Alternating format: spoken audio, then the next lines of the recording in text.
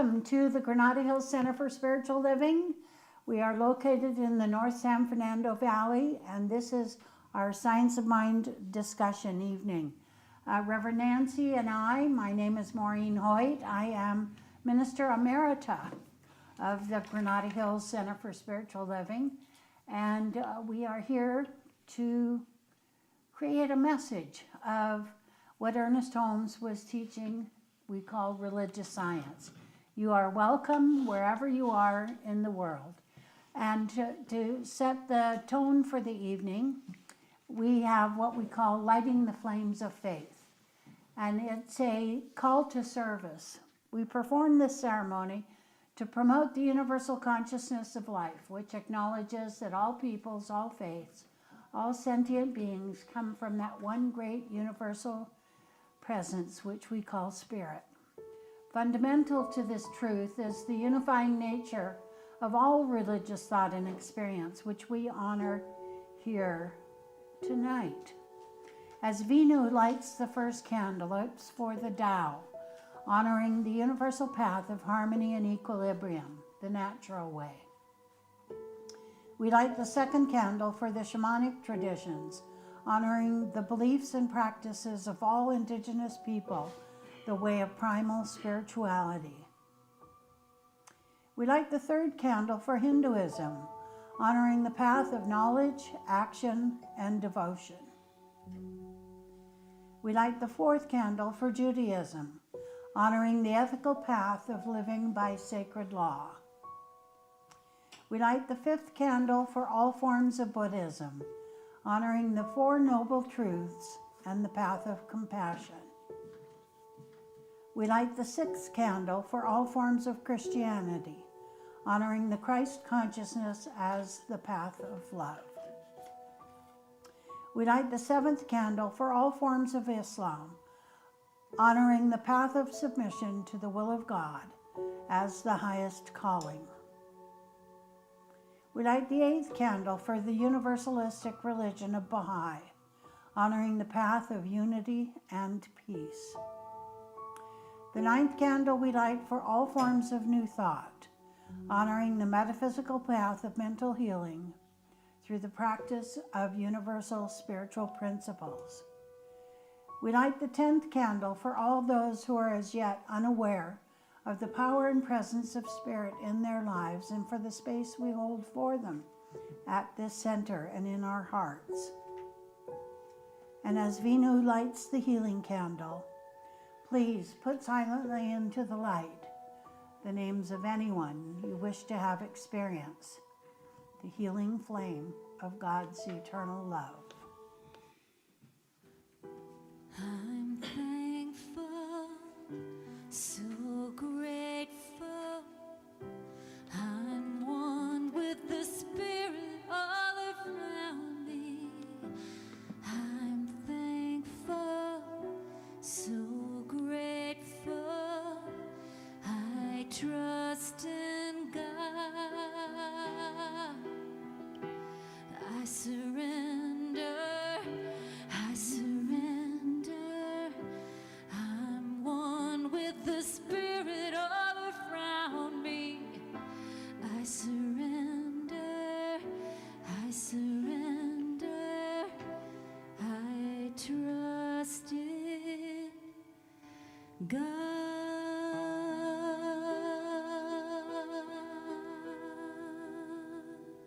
We just connect here a few moments longer, recognizing the one mind, the one power, one presence, the universal consciousness that flows to, through, and as each and every person here today, in person and online, knowing we are one with all that is, everywhere and everything, one with all that is wisdom, clarity, heart-centeredness, love, all that is light, knowing that tonight's discussion unfolds in divine perfection, that the right and perfect messages are heard, that the right and perfect words are spoken, that we leave here, hearts open, minds expanded, feeling deeper and deeper connections to one another, to this community, recognizing a deeper understanding of this ever-expanding wisdom, this ever-expanding growth, this ever-expanding conversation of the science of mind. I'm filled with deep gratitude for this group, for this Wednesday night discussion, for this spiritual community. And it is with this full and grateful heart I release my word to the law, knowing it is all done, knowing it is all love, and together we affirm by saying, And so it is. Good evening, everyone. Just a few announcements before we start our discussion. Practitioners are available in the treatment room for a 2-minute tune-up. If you're a practitioner, raise your hand. We're here for you if you have anything you'd like to discuss. Thursdays, 11:30 a.m. to 12:30 p.m. in Sparks Hall, Tai Chi takes place with facilitator Nancy Shriver-Dyer. Come experience the many benefits of added movement. Donations accepted at the door. April 1st at 7 p.m., the SOM discussion group takes place. We participate in readings, questions, and answers with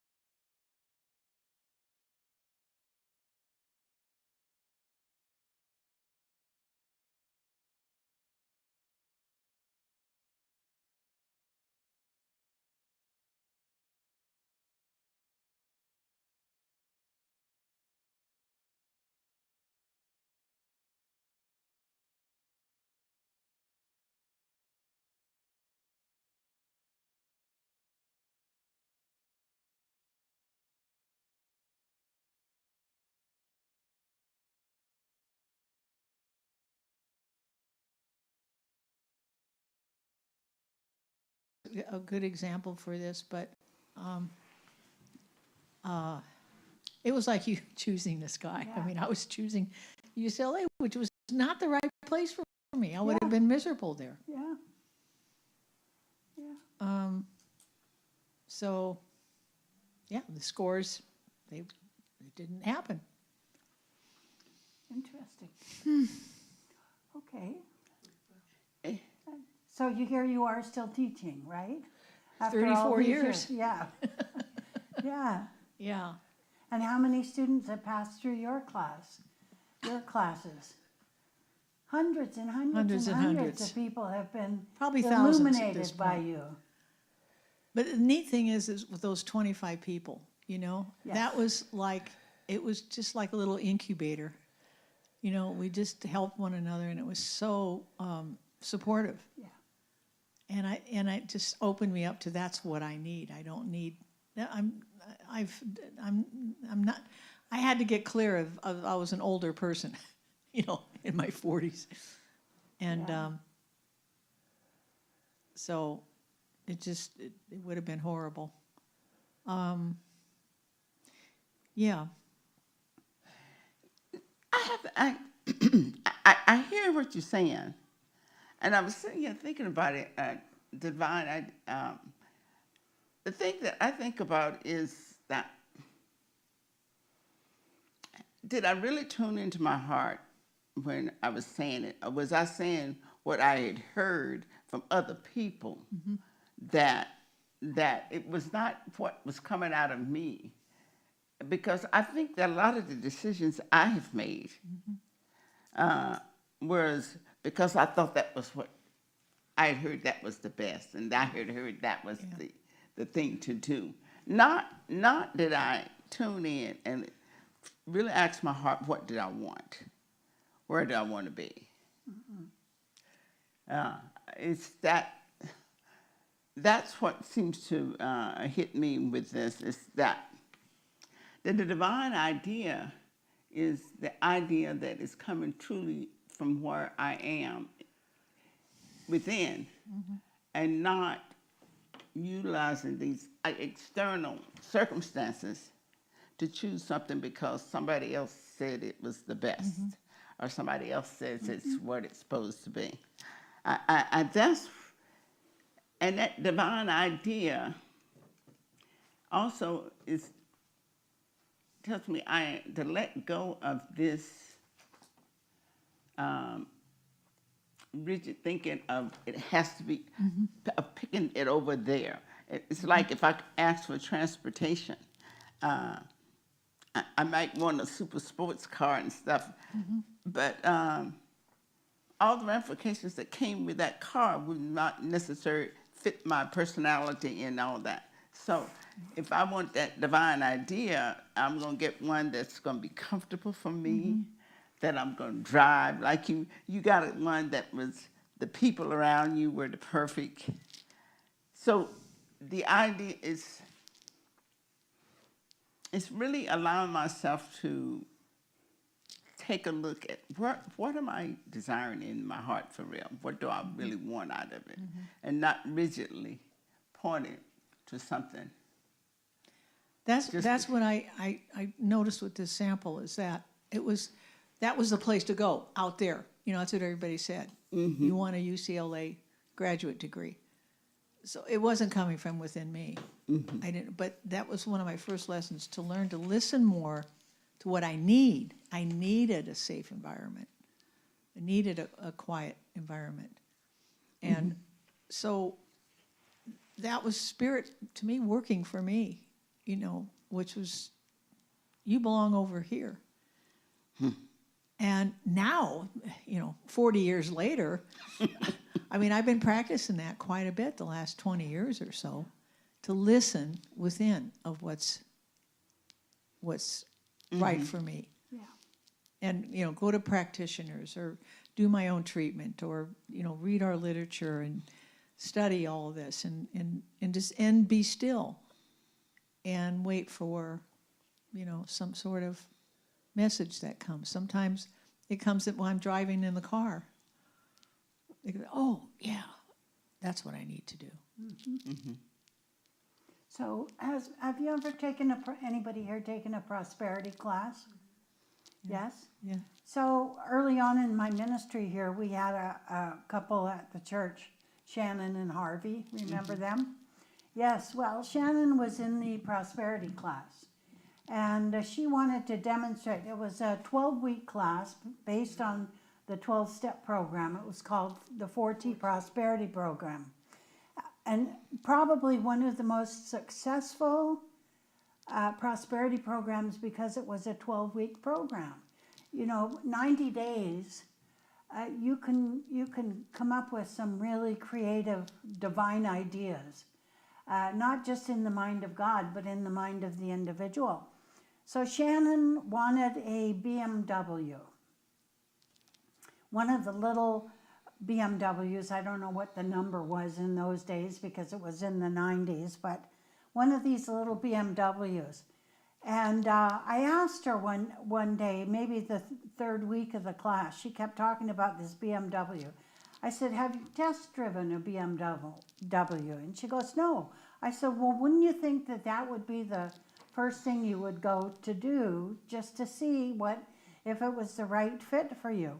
And she came back to class the following week and she was just angry. And I said, what's wrong? And she was sharing with the class.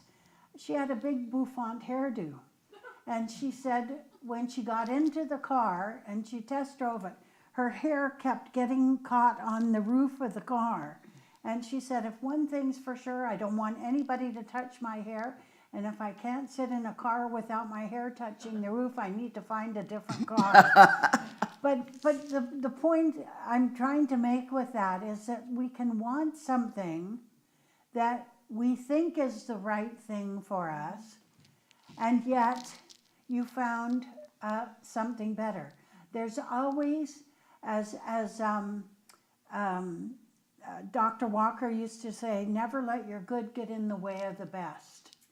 And what you generated, UCLA would have been good, but it would have been you and however many, 10,000 other 18, 19, 20, 21-year-olds. And at where you went, Claremont was intimate. And it was older students, yes. And so, we have to be able to pivot sometimes. What we think we want and what's really the best for us, as Dr. Walker would say, is another idea that gets manifested in form.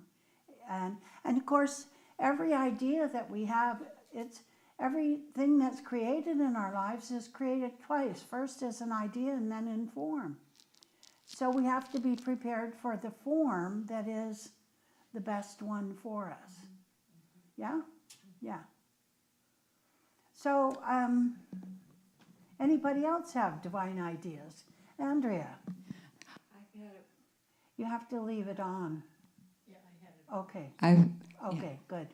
I've had a wonderful experience with abundance when it comes to travel.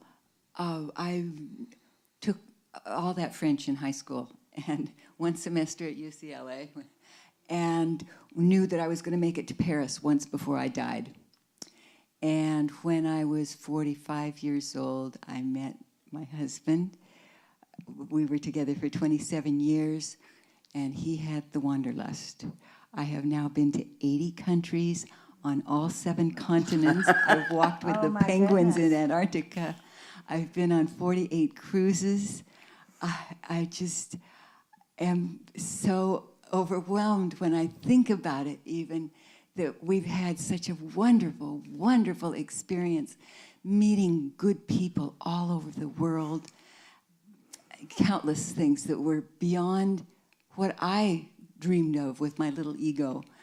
And one of my mantras every morning in my meditation is trust human will to divine will. And it always kind of makes me chuckle because God has given me so much more than I ever dreamed of. Yeah. Mm-hmm.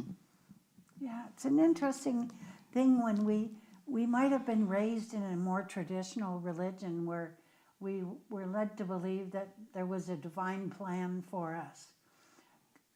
There is no God's plan for us.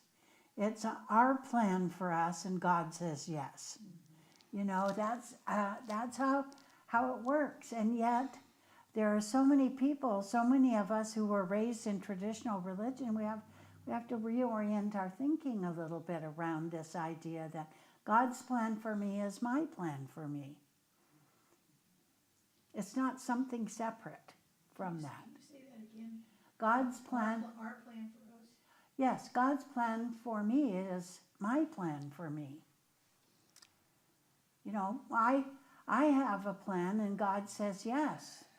You know, if it's supposed to work out that way, then it'll work out the way, you know, would it be construed as outlining? If Yeah. I had to say I have to go to UCLA, I can't go anywhere else, Yeah. that's I think- outlining. It's like the BMW. Yes, it is like the BMW. You'll never forget that now, right? But it is true that it's weird. You know, my old joke about the palm of my hand being God, and I think, I have to go to UCLA. I have this one idea that I need to go to UCLA. And God has 4 really wonderful other ideas for us to choose from. That's dominion over our choices is a remarkable thing to think of. You know, nobody can say you can't have that or you can't do that. There's no punishing God that's going to do that, the Old Testament God that needed anger management classes. Really? So, yes. Yes. I'm listening to us talk about God, and I'm really beginning to understand why I say that the divine presence and the infinite intelligence and stuff instead of God, because recently I realized that every time I say God, that old idea that I grew up with kind of floats. It floats Gets in the way. back into the way. And it's like, okay, if I say God says yes, the understanding that there is an infinite intelligence in the universe creating through, and I'm a means and ways for it to bring things into expression. It's more meaningful to me than saying God says yes. That I'm creating, I'm bringing forth that which I recently, I sent it to you and you said you couldn't read it. And it was a Buddhist statement about if we talk about creation, God is created. So where is God as he's created? So in other words, everything is the expression of life in God. There's no entity that's saying yes. There's just a law of the universe that manifests through this process of the thought bringing a form, and the infinite intelligence of the universe flows into it as a manifestation. And it's kind of freed me a little bit from that, getting hung up on that. The G-O-D word. The G-O-D word. Mm-hmm. I mean, because I remember we grew up in a family that was very much into the church, preachers all around in my family. And so that concept never did sit well with me. Yeah. So now I'm beginning to understand. When I was on my search, after I left home and left the Catholic Church, I thought Buddhism was the answer to everything because you didn't have to answer to a God. You know, seriously, I was very interested in this idea of a universal presence. I knew I heard that word because I heard Neville Goddard speak at the Scottish Rite Temple in San Francisco in 1968. And there were 3,000 people there. And you could hear a pin drop as he was speaking. And I thought, if there were a church like this, I'd be there in a heartbeat. Well, fast forward to 1974, and I walked into Founders Church in downtown Los Angeles, and I hit the mother lode.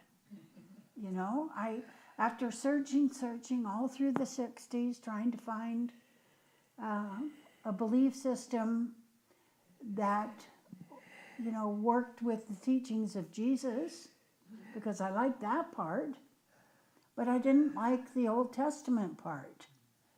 So 1973, the first time I went, and then 74, I started taking classes. And the rest is history.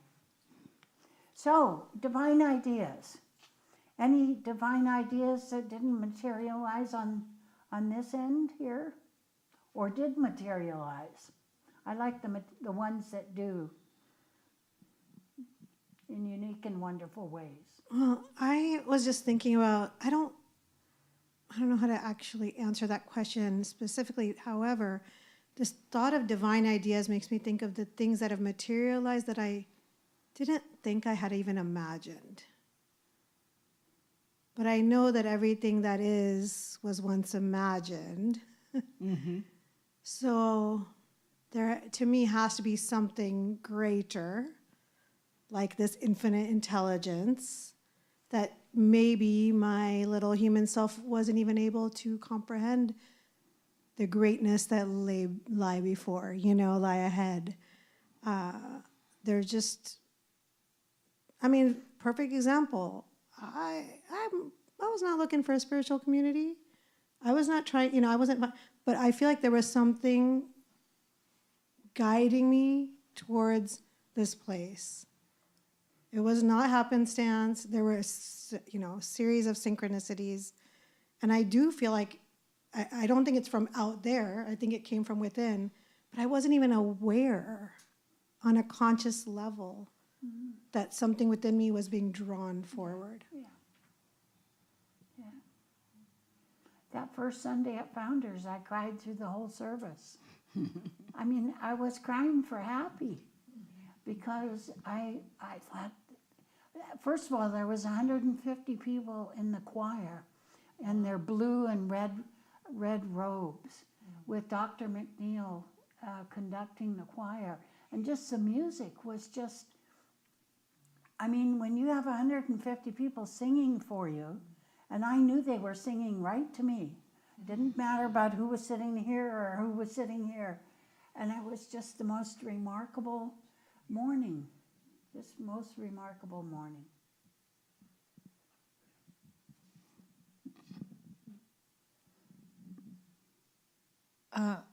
Thank you for those shares. In the second paragraph, I think this fits in with what you were just saying. It says, everywhere he goes, a new and better opportunity for self-expression opens before him. He is compelled to recognize this opportunity and to act intelligently upon it. Change that to the first person and reread it for a second. Okay. Everywhere I go, a new and better opportunity for self-expression opens before me. I am compelled to recognize this opportunity and to act intelligently upon it. That's powerful. To just be aware and open and quiet this ego mind of, I know, because I've been self-sufficient my entire life. Never with anybody, and that, always driving my own vehicle everywhere, doing my own life, my entire life. And the last 15 years, I've been changing that to where I'm letting go and but this just, it's like, I just feel like the last year or so, I've been becoming more and more aware of God's presence, of divine intelligence, of the presence that I just need to listen. And I talk a lot too. I say, please guide me and direct me, what I need to do next. And I'm getting awareness on things are happening that are moving in my direction. But that statement is really powerful. It's We could all tattoo that on our forehead. everywhere backwards, I so go. when we look in the mirror, we can see that. Yeah, everywhere I go, there's a new and better opportunity for self-expression. That opens up before me. I am compelled, I like that word, I'm compelled to recognize this opportunity and to act intelligently upon it. So, compelled is an interesting word, because that's, It doesn't mean that it's anything else doing it to you, though. Your action is what's required. I'm being pushed Yes, to pushed do or that. pulled. Yeah. What does Michael Beckwith say? We are pushed by fear and pulled by faith. Oh, God. Pushed by fear. And pulled by Yeah. faith. I like that. Okay. That's powerful.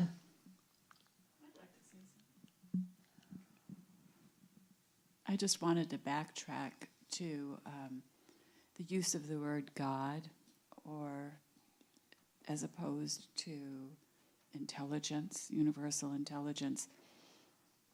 That was really a stumbling block for me, and I had a great gift of, before COVID, there was a class here that I went to, and we were going to study the Bible, and it was the Old Testament. Mm-hmm. I mean, really, anger management was needed.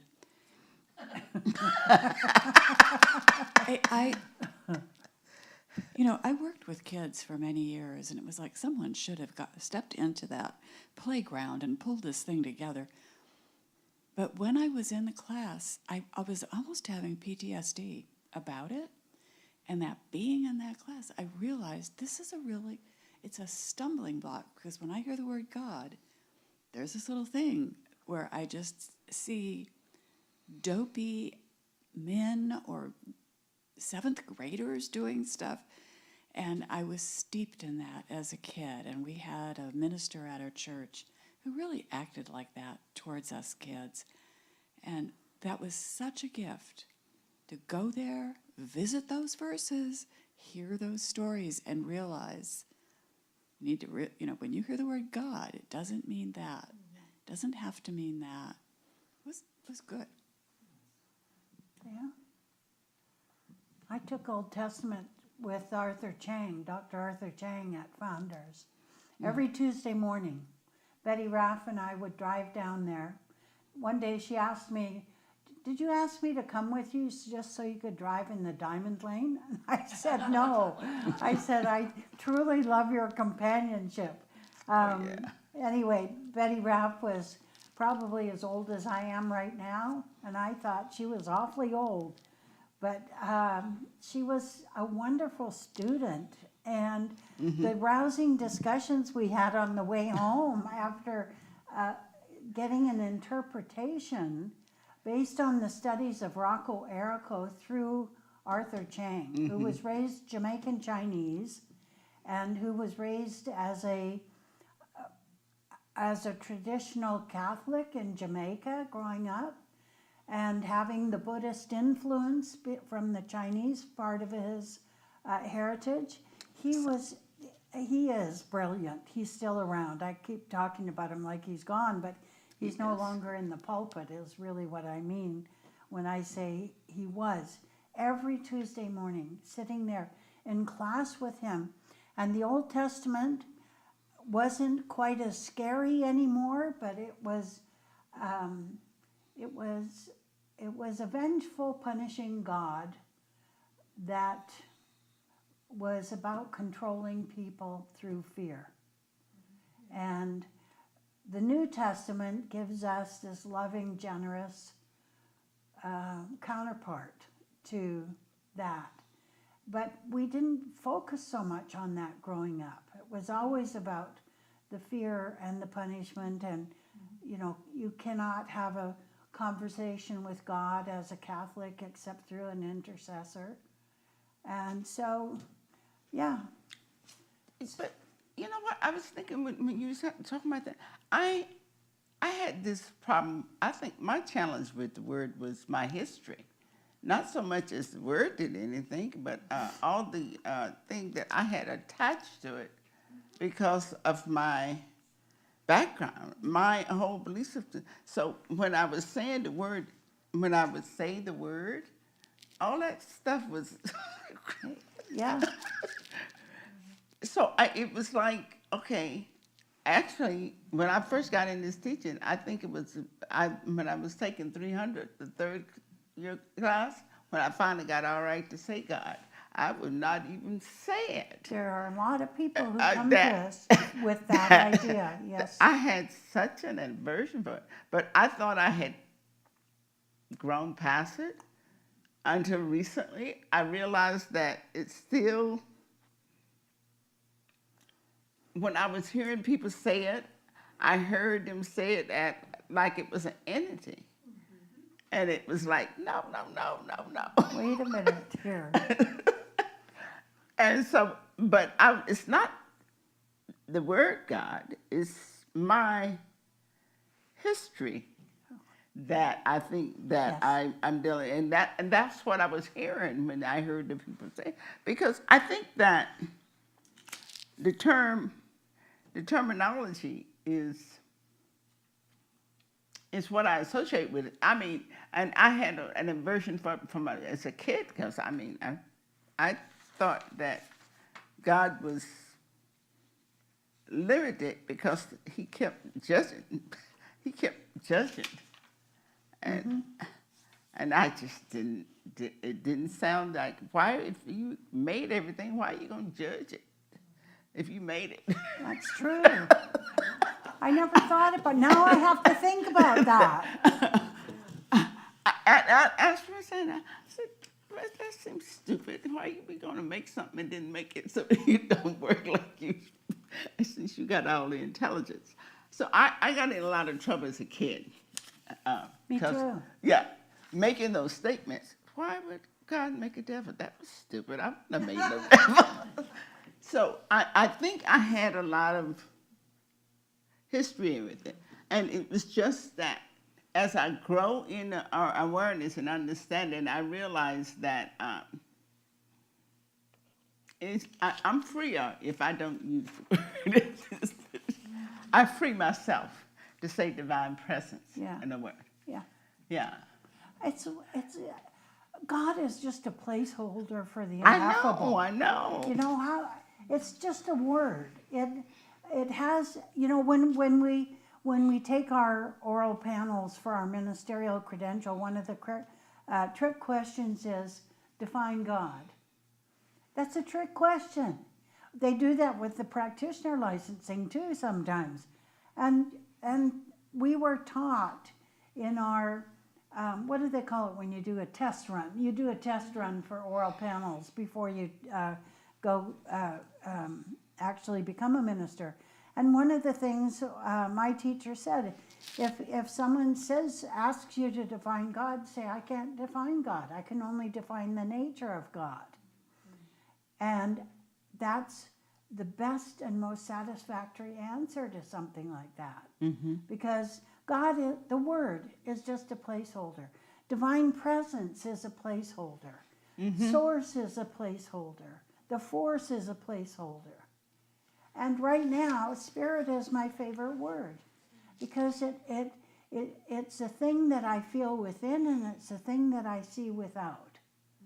You know, because if I sit here and look at you, I see Spirit in demonstration. So my son was somewhat dyslexic and is still somewhat dyslexic, but when he came home from elementary school one day, he said one of the kids in the playground asked him if he believed in dog. And I said, what? And he said, well, he's dyslexic too. He meant to say, do you believe in God? And because when he was asked what church he belonged to, why they were talking about that on the playground, I have no idea. But he said he was a religious scientist, and he said that's not a religion. So children are indoctrinated very early on about what constitutes spirituality and what constitutes religion. So, but it was, he laughed. My son laughed when he realized the kid was also dyslexic. So, but God is a trigger word for a lot of people. You know, that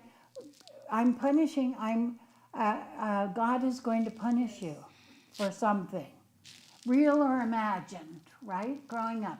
I don't know if anybody else had that, but that was drummed into us. If we didn't behave, God was going to punish us. So I'm looking at this, what is it, the third paragraph. Actually, this is the fourth paragraph. Know that your patient is receptive to the influx of ideas. Feel that he is now the object of every infinite solicitation that friends are impelled towards him. You know, I'm looking at this paragraph, and when I think about how I look at another person and think about these ideas and how great are the infinite possibilities, it's almost like I don't want to lock in on any physical concept, but I want to say, just like I would say to you, that you're going to step into the environment for your education experience that is the best, that would bring you joy, peace, and harmony, rather than be talking about a particular aspect. What's going, and you were saying that something greater may be happening. If the qualities of life that we attribute to the divine presence, if I reach for that, it seems like I can take the idea of that person, whatever's in that person's heart, if I'm treating for them, and that which would bring them the highest and the best with that idea is what I reach for. And that way I don't limit it as you were saying, and it can be as great as it wants to be. But it also doesn't have any of my restriction placed into it either. Mm-hmm. So if the idea is open for this person's greatest and highest and the best, and it's kind of like when you do a vision, you want the highest and the best. You're reading my mind. Huh? You're reading my mind. You visioning for the highest and the best and the most expanded experience for that person, but their heart's desire will come forth, and whether that is the BMW or Cadillac or whatever it is. Mm-hmm. So it seems like the more I'm looking at this, the more I'm thinking that, yeah, the highest and the best. What are the qualities that that person is reaching for? And let them clarify it. And in the bottom here, he says that you want them to affirm, negate all the ideas that may be restricted. Mm-hmm. So that if you tell them, saying that the person is going for the highest and best, like the greatest idea, the joy, the peace, the harmony, the love, that those ideas, you are almost eliminating the possibility of them things that would interfere with him having that, if you're doing the treatment for it. Does that make sense? Yes, absolutely. That last sentence, our first sentence of the last paragraph, free every belief about ourselves. Let's put me in the picture. Free every belief about myself, which I have brought to my practitioner. You know, when I think about that, is that oftentimes people wait until they're desperate before they seek out a practitioner. We've all had that experience. You know, they've created a 3-act play in their head about what's going on in their lives, and then finally can't muster the faith of God. They have the faith in God, but they don't have the faith of God. Yes, to see it come to fruition. So then they seek out a practitioner. But by this time, they've developed such a adverse response to even the possibility of achieving whatever this idea is that they have in mind, that it's kind of like, whether do we come to the practitioner from inspiration or desperation? And when I think about certain situations in my life where people came to me for help, the level of receptivity they have when they're in that state of turmoil, you have to work with that before you can even work with the goal or the aim or whatever it is that that person desires to achieve. So, you know, it's not always an easy road. When I used to go to 12-step, I read the big book over and over and over again, but I made up this thing that I was trudging the happy road to destiny. Well, that's not what it says in the book. It's trudging the road to happy destiny. I had the happy road. You know, I wanted my road to be happy to get to my destiny. I mean, isn't that funny how we mix stuff up like that? And when somebody was reading the thing, I thought, you're reading it wrong. Well, I've been saying it wrong for years. And when I changed what I was saying, everything shifted somewhere in here, you know. So it's this whole thing of being a practitioner for somebody, the implication is that the person is receptive to start with. And if the person isn't receptive, you work with what you have with that client. And sometimes, you know, as long as I've been doing this, there is something that I would like to achieve in my life, and I am not receptive right now to that achievement. And I'm aware of that. Before, I wouldn't have been aware of it. I would have consulted a practitioner and said, you know, you do this for me. Well, it doesn't quite work that way, does it? So that being said, this was a good one you chose, I think, because it was a teaching moment for somebody sitting very close to you tonight. I have a quick question. Just the idea of talking about a patient. Were they seeing people as patients back then? Yes. Yes. Not a client. Right. And there's a few things that you'll notice in some of the older pieces by Ernest Holmes. He gets sympathy and empathy mixed up. But empathy wasn't a word that was coined during the time he was writing this stuff. So to him, sympathy didn't imply pity. It implied empathy. So you had to read the paragraph before and the paragraph after to understand that he was really talking about empathy and not sympathy. So empathy is compassion. Sympathy often infers pity. And we can't really have a successful relationship with someone based on pity. So he uses the word patient over and over again in the early writings. And some of that has been taken out of the 1936 version of the Science of Mind, but the 1938 version of the Science of Mind, the 1926 version still has some of that in it. Yeah. You have talked about the word empathy before at some point. When was it commonly used? And was it out of psychology? It did come out of the teachings of Freud and Carl Jung specifically.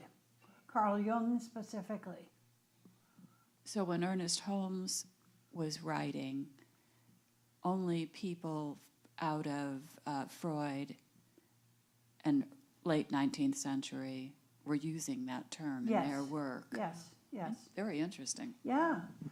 So just remember that Ernest wrote his first book in 1919, and it stands the test of time. Creative Mind and Success. So it does, there's really not much about the science of mind that has changed in all of those years. Over, how many years? What year are we in? That was 1919, and this is 2026, so yeah. The value of what he learned, I mean, he studied everything. He studied Hinduism, he studied Buddhism. If you read the Kabbalion, you can see he some of the stuff he wrote is plagiarized. But if there's only one mind, what difference does it make, right? So, I mean, it's truly word for word from the Kabbalion that is from Egyptian times.